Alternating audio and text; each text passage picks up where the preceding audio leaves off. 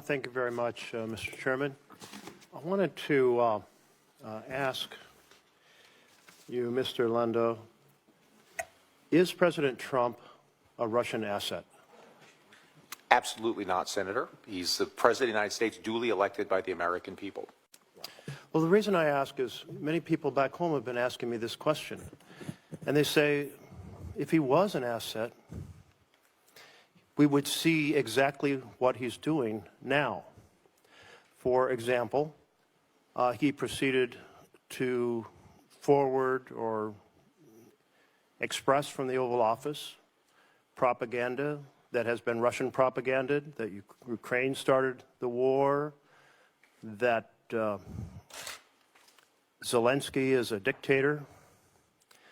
Second of all, he gave away key things on the negotiating table before the negotiations even started, ensuring U.S. would absolutely oppose any possibility of NATO membership for Ukraine.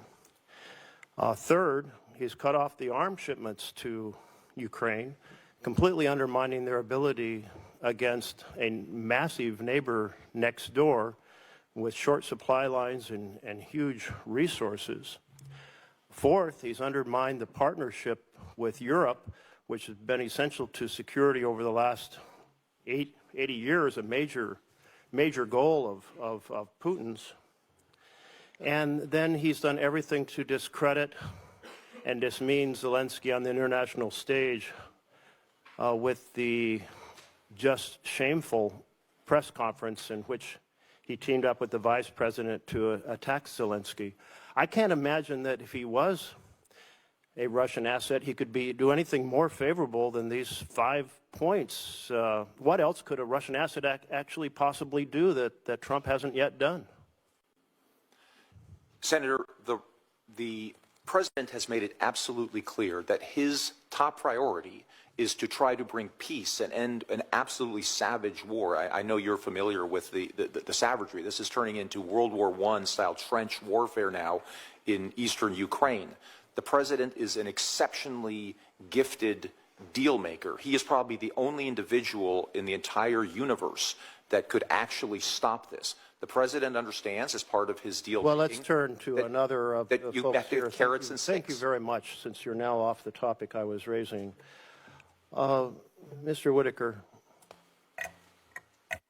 these 5 things that the president has done that are so favorable to Putin and so damaging to Ukraine and to our partnership with Europe, do you approve of them? Well, Senator, thanks for that question. I'm just going to have to politely disagree with you on those 5 things and the way you've framed them. You know, the war in Ukraine would have never happened if President Trump was president in 2022.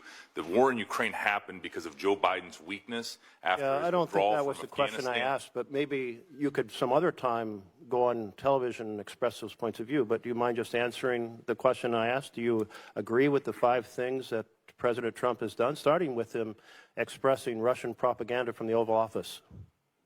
Well, you know, again, as I mentioned to your colleague, I am not here to assign labels. We're in the middle of a very important peace negotiation. Okay, thank you.